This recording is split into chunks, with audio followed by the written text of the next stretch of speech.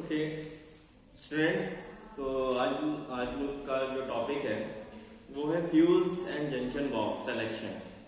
ठीक है, फ्यूज और जंक्शन बॉक्स का सिलेक्शन कैसे करते हैं वो सबसे इम्पोर्टेंट चीज़ है इसमें, क्योंकि कोई भी आप सर्किट डिज़ाइन करोगे, इलेक्ट्रिकल सर्किट डिज़ाइन करोगे, उसमें फ्यूज एक बहुत ही इम्पोर्टेंट फीचर है। वैसे फ्यूज का क्या मतलब है यहाँ पे सेफ्टी से, ठीक है, प्रोटेक्शन से, यानी कि हमारे जो आगे के डिवाइसेस हैं, जो आगे के जितने भी डिवाइसेस हैं उनको क्या करता है, प्रोटेक्ट करता है। ठीक है, किससे प्रोटेक्ट करता है ये आपको पता होना चाहिए। आप किससे प्रोटेक्ट करेगा? ओवर करंट, ठीक है, ओवर वोल्टेज, हाई करंट, इससे क्या करेगा, प्रोटेक्ट करेगा आगे के अप्लायंसेस को। अगर हम कोई अप्लायंसेस 220 वोल्ट है या 4 एम्पियर का है तो उससे ज्यादा उसको करंट या वोल्टेज ना मिले। अगर उससे ज्यादा करंट या वोल्टेज मिल जाएगा उस अप्लायंस को, क्या होगा, वो अप्लायंस डैमेज हो जाएगा, खराब हो जाएगा, उसका सर्किट खराब हो जाएगा। तो फ्यूज एक बहुत इंपॉर्टेंट चीज है। तो fuse and junction box are component that are also required for the PV system installation में भी इसका काम होता है, क्योंकि जो भी सर्किट हमारा बन के आएगा वो सर्किट कहाँ पे जाएगा, मतलब जो भी सप्लाई बन के आएगी वो एक सर्किट पे आएगी पहले। ठीक है, fuse, wires and junction box should be chosen by the maximum possible current end voltage. जो भी उससे मैक्सिमम करंट और वोल्टेज की हो सकती है उसके अलोंग ही हम क्या करेंगे, सिलेक्शन ऑफ करेंगे फ्यूज का या वायर्स का या जंक्शन बॉक्स का। अब जंक्शन बॉक्स, वायर्स तो आप लोग सभी लोग समझ रहे हैं वायर्स का मतलब क्या है। वायर तो सभी लोग जानते हैं, एक मीडियम है, करंट कैरिंग कंडक्टर होता है, जिसके हेल्प से हम लोग क्या करते हैं, करंट को एक space, one place to another place क्या करते हैं, उसको हम ट्रांसफर करते हैं। ठीक है, करंट को फ्लो करते हैं, यानी इसे पाइप है, पाइप में क्या हो रहा है, पानी का फ्लो हो रहा है। उसी तरह से वायर है, वायर में क्या होता है, करंट का फ्लो होता है। ठीक है, तो बेसिकली आपने यहाँ पे ये देखा कि वायर क्या होता है, बात है जंक्शन बॉक्स। अब जंक्शन बॉक्स क्या होता है, एक ऐसा बॉक्स होता है, एक डिवाइस होता है मीडियम, ठीक है, जिसके अंदर क्या होता है कि जितने कंपोनेंट है वो माउंट किए जाते हैं। ठीक है, जंक्शन बॉक्स में क्या किए जाते हैं, जितने भी हमारे प्रोटेक्टिंग डिवाइस है, फ्यूज है, एमसीबी है, एमसीसीबी है, ओएलआर है या व्हाटएवर, जो भी जितनी चीजें यूज हो रही हैं, मतलब इलेक्ट्रिकल कंपोनेंट को हम लोग असेंबल्ड करते हैं जंक्शन बॉक्स के अंदर। ठीक है, that are likely to occur in the system, जो भी सिस्टम के अंदर यूज हो रहा है। ठीक है, देन इसके बाद mainly the parameters use for choosing the product is current. अब क्या करना, सबसे पहले एक पैरामीटर को हमने उठाया जिसको हम लोग कहते हैं current. Product is current, choosing these product is current. ठीक है, यानी करंट एक मेन कंपोनेंट है, मेन पैरामीटर है जिसको हमें ध्यान में रखना है, क्योंकि हर एक पर्टिकुलर अप्लायंस का एक अपना एक करंट रेंज होती है जिसपे वो रन करता है। Exactly, normally the stand alone system will have DC side as well as AC side. जो स्टैंड अलोन सिस्टम होते हैं, ठीक है, उसमें क्या होता है, बोथ साइड होती है। स्टैंड अलोन टाइप में क्या होता है, DC side as well AC side, मतलब एसी भी होता है उसके अंदर, मतलब डीसी भी होता है और एसी भी होता है, दोनों साइड चीजें होती है स्टैंड अलोन सिस्टम में। Therefore, the maximum voltage and current for the both AC and DC must be considered. तो अब जब हम सिस्टम को डिजाइन करेंगे उसमें हमें क्या करना है, भाई देखिए दो तरह की सप्लाई हो रही है यूज, उसमें AC भी सप्लाई यूज हो रही है और DC भी सप्लाई यूज हो रही है। तो हम क्या करेंगे, AC सप्लाई के कंपोनेंट जो यूज करने हैं, MCB हो गया, MCCB हो गया, OLR हो गया, रिले हो गया, ठीक है, SPD हो गया, ये सब क्या है, सर्च प्रोटेक्शन डिवाइसेस है। ये सब क्या है, सर्च प्रोटेक्शन डिवाइसेस, मतलब प्रोटेक्टिंग डिवाइसेस है, सर्किट ब्रेकर्स की तरह काम करते हैं, जो कि सर्किट को ब्रेक करते हैं, हमारे सर्किट को ब्रेक कर देंगे ताकि आगे सप्लाई जो हमारी ना पहुंच सके, जो हार्मफुल सप्लाई है वो आगे ना पहुंच सके। ठीक है, इसलिए एसी कंपोनेंट है तो एसी सप्लाई है तो एसी कंपोनेंट का सिलेक्शन करना पड़ेगा, और डीसी सप्लाई है तो हमें डीसी कंपोनेंट का यूज करना पड़ेगा। ठीक है, this estimation of maximum current is useful in deciding the appropriate component, fuse and junction box and series। तो ये क्या करना है हमें, जब भी हम इनका सिलेक्शन करेंगे तो प्रॉपर कैलकुलेशन के साथ ही हम इनको यूज करेंगे। ठीक है, वो कैलकुलेशन हम आगे आपको क्लासेस में बताएंगे। अब वायरिंग की रिक्वायरमेंट की नेक्स्ट टॉपिक हमारा जो है वो वायरिंग रिक्वायरमेंट्स। तो वायरिंग के अंदर क्या क्या रिक्वायरमेंट्स आती हैं इन एनी इलेक्ट्रिकल सिस्टम। किसी भी इलेक्ट्रिकल सिस्टम में क्या होते हैं, wires are needed to connect power supply and load together. Wires का एक बहुत ही इंपॉर्टेंट रोल है। आपने देखा होगा जब भी कोई नया घर बनता है, नया कंस्ट्रक्शन होता है, सबसे पहले वायर डाले जाते हैं, वायरिंग की जाती है। ठीक है, वायरिंग क्या करती है, जो कि हमारी मेन सप्लाई से लोड को कनेक्ट करती है, यानी कि पंखा चलाना है, लाइट चलाना है, फैन चलाना है, कुछ भी है, टीवी चलाना है, उसके लिए सॉकेट देना है। ठीक है, तो ये सब क्या है, ये सब हमारे लोड्स हैं जिनको हमें ऑपरेट करना with the help of supply, है ना। तो उसके लिए प्रॉपर सिस्टमैटिक डिजाइन तैयार किया जाता है। तो the choose of wire with including the choice of material of wire, diameter and size of wire and so on play on the important role। यानी कि जब हम मतलब वायरिंग करते हैं तो उस टाइम पे हमें क्या करना होता है, सिलेक्शन ऑफ वायर। अब सपोज एग्जांपल के तौर पे आपको एक फैन चलाना है, तो उसमें हमें कितने mm का, अब जो वायर्स मार्केट में मिलेंगे वो आपको mm के फॉर्म में मिलेंगे, डायमीटर के फॉर्म में मिलेंगे। ठीक है, तो बेसिकली ये रहेगा इसमें। ओके,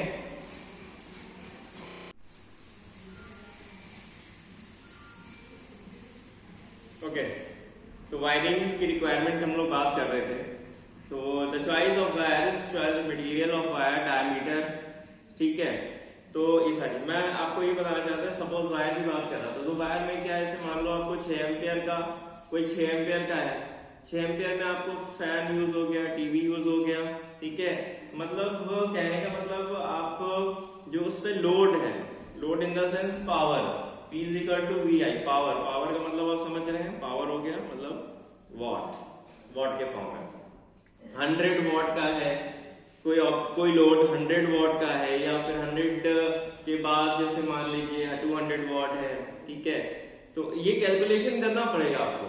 क्या मैं अप्रोक्सीमेट बता रहा हूँ आपको, एक थंब रूल टाइप का बता रहा हूँ कि वहां पे 6 एम्पियर यूज करेंगे। ये आपको power P equal to VI के कैलकुलेशन से निकालना पड़ेगा कि हमें इतने पावर अगर यूज कर रहे हैं, P equal to VI। P suppose हमारा मान लो 1000 है, वोल्टेज आपको पता है वोल्टेज 220 है, आपने I निकाला, फाइंड कर लिया I, वो I के हिसाब से अब आपको उतना बड़ा वो वायर लगाना पड़ेगा। कहने का मतलब आपको I पता चल गया, I हमारी मान के चलो 4 एम्पियर की है या 10 एम्पियर की है, 10 एम्पियर करंट है, तो 10 करंट पे एम्पियर पे आपको कितने mm का वायर यूज करना है, ये आपको मिल जाएगा, पता है। ये टेबल दे रखी है, आपको टेबल में से देखना है कि इतने mm का वायर आपको यूज करना है पर्टिकुलर वायर के लिए। ठीक है, क्लियर है आपको। Choice of wire in case of TV, because of the part of the system having DC current and, अब जो एसी है तो एसी के अकॉर्डिंग करंट फाइंड आउट करनी है, डीसी है तो डीसी के फाइंड। अब क्या है, appropriate choice of wire is important because क्यों जरूरत है, it reduce the electrical losses in wire. ठीक है, जो लॉसेज होते हैं वो अब आप मान के चलिए कि लॉसेज को भी हमें ध्यान में रखना है। ठीक है, क्योंकि ये जो वायर्स का जो सही सिलेक्शन करेंगे उससे क्या होगा, हमारे लॉसेस कम होंगे। इस solar PV source is expensive होते हैं। अब आप समझ रहे हैं जो सोलर से हमें आउटपुट मिल रहा है वो क्या है, बहुत एक्सपेंसिव एक तरह से। आपने पूरा इतना बड़ा सिस्टम लगाया है, सिस्टम लगाने के बाद जो आपको पावर जनरेट होके वो दे रहा है, करके दे रहा है, तो वो एक एक्सपेंसिव है। तो it is important to minimise the power losses. तो इसके लिए हमें क्या करना चाहिए, जितना कम से कम उसमें लॉस हो सके, हमें ज्यादा से ज्यादा उसकी इफिशियंसी मतलब मिले। बात समझ में आ रही है क्या कह रहा हूं? ठीक है, मतलब कहने का ये है कि आपको इतना एक्सपेंसिव पावर जनरेट कर रहे हैं, आप सोलर पैनल जनरेट कर रहे हैं, के थ्रू पावर जनरेट कर रहे हैं, तो पावर जनरेट करने के बाद अब आप समझ रहे हो उसको हमें ज्यादा से ज्यादा आउटपुट हमें मिले या लॉसेस कम हो, ये हमारा मेन पहला पॉइंट ध्यान में रहना चाहिए। ठीक है, तो उसमें क्या है, वायर के थ्रू ही हमारे एक तरह से पूरा सर्किट तैयार हो रहा है, तो वायर का हमें सिलेक्शन सही करना है, क्योंकि जितने लॉसेस होंगे आपके वायर में होंगे। ठीक है, सो this will help to avoid shock hazard and fire hazard in the system. This will help मतलब ये हेल्प करेगा, किसमें हेल्प करेगा?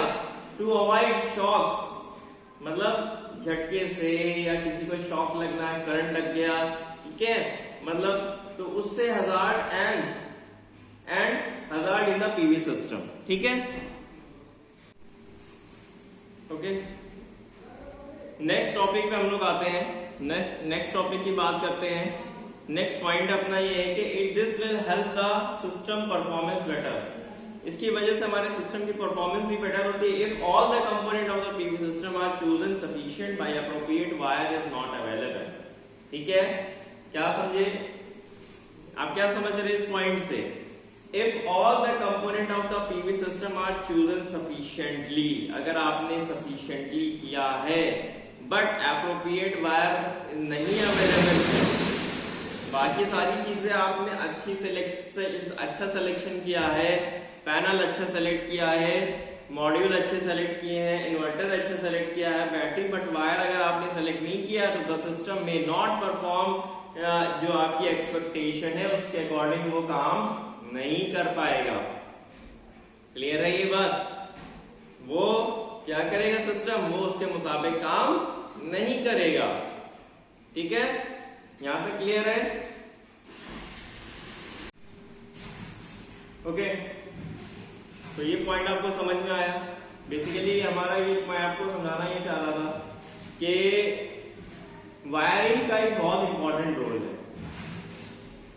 Selection of wire most important thing. ठीक है, वायर का सिलेक्शन करना बहुत इंपॉर्टेंट है, क्योंकि आपने अगर मतलब सारा सिस्टम अच्छा लगाया है बट वायर का सिलेक्शन नहीं किया है तो आपको उतना परफॉर्मेंस नहीं मिलेगा जो एक्सपेक्टेशन है। ठीक है, for example if large current is flowing in a certain part of PV system and wire they are chosen very thin, अगर बहुत ज्यादा एम्पियर की बहुत ज्यादा करंट फ्लो हो रही है, ठीक है, आप बात समझिएगा, यहाँ पे पॉइंट पे ध्यान दीजिएगा कि अगर आपने lots there may be lot of power losses in the thin wire. ठीक है, क्या कहना चाह रहा हूं मैं? If large current flowing in certain part of a PV system, किसी पीवी सिस्टम के एक पर्टिकुलर पार्ट में बहुत ज्यादा करंट फ्लो हो रही है, ठीक है, and wire you have choose very thin, अगर आप बहुत पतला वायर यूज कर लिया है, ठीक, अब क्या होगा? क्या ये होगा? करंट ज्यादा है बट आपने वायर पतला यूज किया है, तो इस केस में क्या होगा? There may be lots of power losses in the wire. अब उसमें क्या होंगे? लॉसेस होंगे। इट में हीट अप, आपको पता है जब हैवी करंट फ्लो होती है किसी भी वायर में तो क्या होता है? हीट अप होता है, वायर हीट होता है, गर्म हो जाता है, और इवन बर्न जल भी जाता है, मोस्टली जल भी जाते हैं तार, ज्यादा गर्म होने की वजह से ही आग लग जाती है। ठीक है, तो there may even fire in the system, the whole system will stop working, आग लग जाएगी और पूरा सिस्टम हमारा बंद हो जाएगा। In the worst case the entire PV system में बी डिस्ट्रॉय, सबसे जो बुरी कंडीशन आएगी, सिचुएशन होगी कि आपका पूरा पीवी सिस्टम हो सकता है जल जाए। ठीक है, तो वायर का सिलेक्शन, इसलिए इस पॉइंट को ज्यादा ध्यान आप लोग को बताया जा रहा है कि सिलेक्शन ऑफ वायर कैसे होना चाहिए, और सिलेक्शन वायर बहुत इंपॉर्टेंट पार्ट है ये। क्लियर है? एसी का सपोज आप एसी का 1.5 टन का एसी है, कितना है? 1.5 टन का एसी आपको है। अब आप थंब रूल है कुछ उसके, आपको कितना बड़ा वायर यूज करना है, आपको कितने mm का वायर यूज करना है? 4 mm का वायर यूज कर लेंगे वहां पे हम, सफिशिएंट है। 1500-2000 वॉट तक के वो आराम से बेयर कर लेगा 4 mm का वायर। ये एक थंब रूल है उसका। क्लियर है यहां तक? Any doubt? ठीक है, समझ में आ रहा है सबको? कोई इश्यू आ रहा है, किसी को कोई तरह की प्रॉब्लम? तो यहाँ तक आपको समझ में आ गया है, ये पॉइंट भी आपको समझ में आ गया है, एक बहुत इंपॉर्टेंट पार्ट था ये। अब बात करते हैं electrical wire are made up of metals के बने होते हैं, because metals are most electrical conductive material. अब क्या होता है, अब बात करते हैं वायर के अंदर थोड़ा सा जाते हैं। वायर किस तरीके से बना है? मेटल से बना है, मेटल से, मेटेलिक है, क्योंकि कंडक्टर क्या होता है, जितने भी मेटल है वो सब क्या गुड कंडक्टर्स हैं, जो इलेक्ट्रॉन का फ्लो कराते हैं। गुड कंडक्टर मतलब जिससे इलेक्ट्रॉन फ्लो होते हैं। तो wire are mostly made up of metal such as silver. जो वायर किससे बने होते हैं? मेटल से बने होते हैं। मेटल कौन कौन से होते हैं? Like silver, copper, aluminium. Clear है भाई? सिल्वर तो बहुत महंगा पड़ेगा, सिल्वर के वायर तो होंगे नहीं, चलिए वो तो एक अलग बात हो गई, लेकिन एग्जांपल आपको समझाया है कि सिल्वर भी हमारा एक गुड कंडक्टर है। Got it? सिल्वर भी हमारा क्या है? गुड कंडक्टर है। तो अभी क्या है? कॉपर, फिर एल्यूमिनियम, लास्ट में आता है एल्यूमिनियम। एल्यूमिनियम की कॉस्टिंग सबसे ज्यादा कम है, सस्ता में पड़ता है, और कॉपर जो वायर है वो सबसे ज्यादा इफिशिएंट है, सबसे ज्यादा कॉमन है और सबसे रिलायबल भी है। तो मोस्टली यूज हम लोग कहाँ का वायर यूज करते हैं? कॉपर का वायर यूज करते हैं। क्लियर है? तो copper wire generally use is as cheap and available, जैसे मैंने आपको ऑलरेडी बता दिया है। तो ये लाइन आपको क्लियर हो गई है, आपको ये पॉइंट क्लियर हो गया है। Generally wires are coated with any insulating material like polyvinyl chloride, PVC के कोटेड होते हैं। जनरली जितने वायर होते हैं वो इंसुलेटिंग मटेरियल कौन सा होता है? पीवीसी। पीवीसी का फुल फॉर्म क्या होता है? Polyvinyl chloride, PVC. ठीक है, पीवीसी की हम लोग बात करते हैं ना, पीवीसी वायर है। तो और नायलॉन या पॉलिस्टर, ठीक है। लेकिन नायलॉन और पॉलिस्टर में क्या है? आग लगने के चांसेस होते हैं, है कि नहीं? अब डायरेक्ट तो तार आप तो यूज नहीं कर लेंगे, है कि नहीं? उस पर कोटिंग होती है, मतलब उस पर कवर चढ़ा होता है, आप लोग ने कवर देखा होगा, फिर कवर को छीला जाता है, तब उसको यूज किया जाता है तार को। तो वो क्या होता है? पीवीसी पाइप, पीवीसी कोटिंग होती है उसके ऊपर, वायर के ऊपर। वायर जो होते हैं, वायर की बात चल रही है यहाँ पे, तो क्या होता है? वायर क्या होता है? पीवीसी कोटिंग होती है, नायलॉन होते हैं या पॉलिस्टर होते हैं। तो ये सब यूज किए जाते हैं to prevent the hazard, to prevent the shock hazard, energy loss throughout unwanted current production and avoid short circuit between two wire running together. ये पॉइंट क्लियर हो रहा है आपको? ये क्या कर रहा है?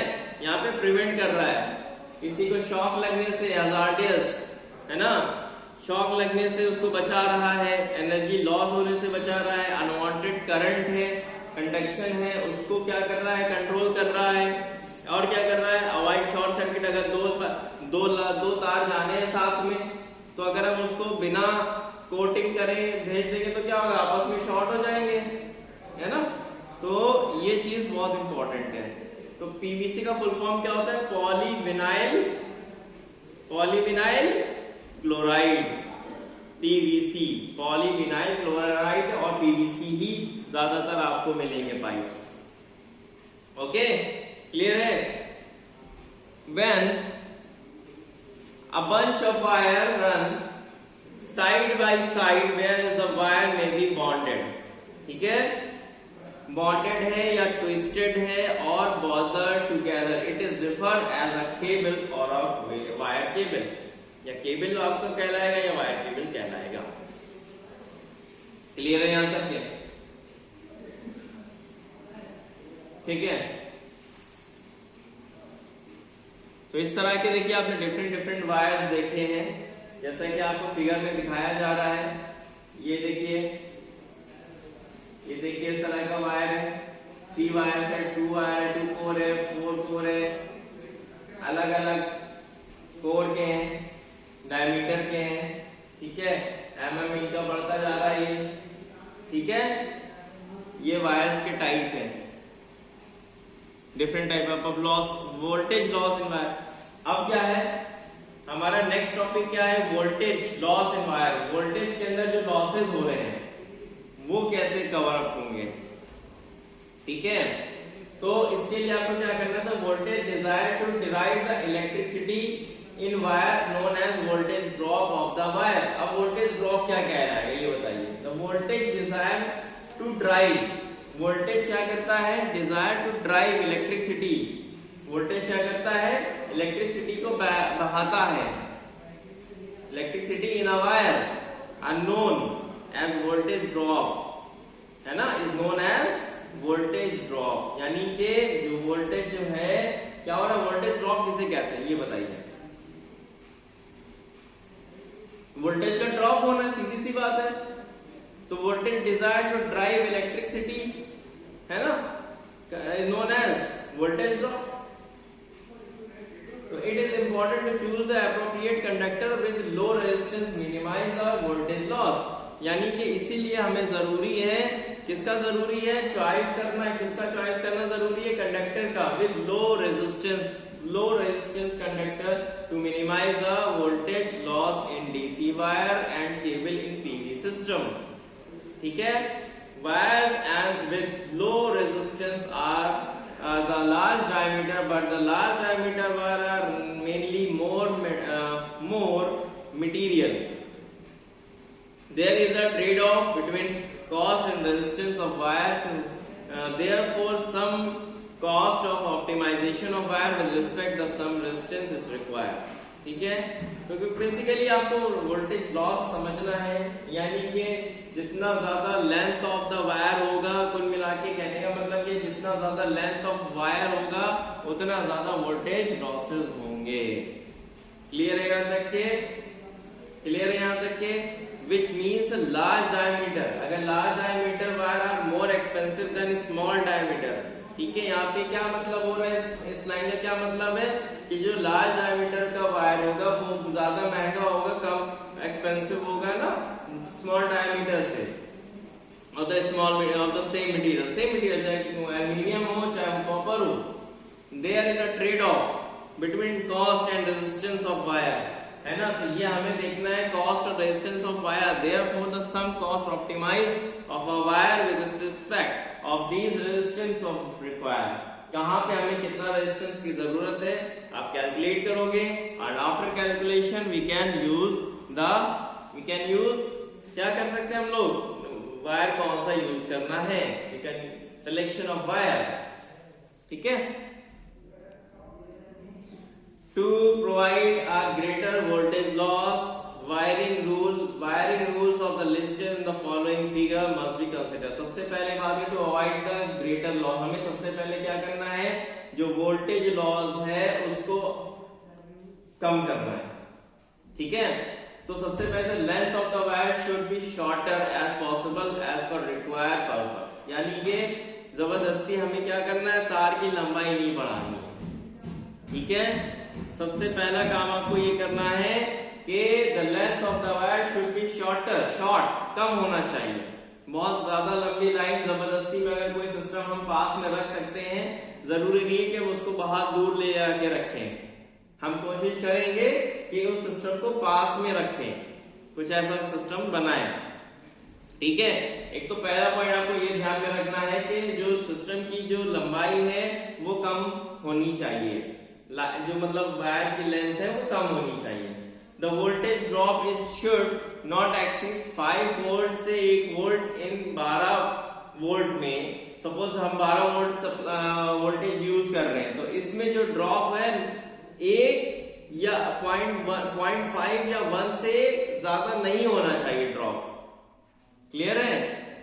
एंड 24 वोल्ट सिस्टम में भी इसी तरह से रिस्पेक्टिवली 1 वोल्ट या 2 वोल्ट तक ही खाली उसका ड्रॉप होना चाहिए, अदरवाइज वो दिक्कत, मतलब आपका सिस्टम एक तरह से लॉस हो जाएगा.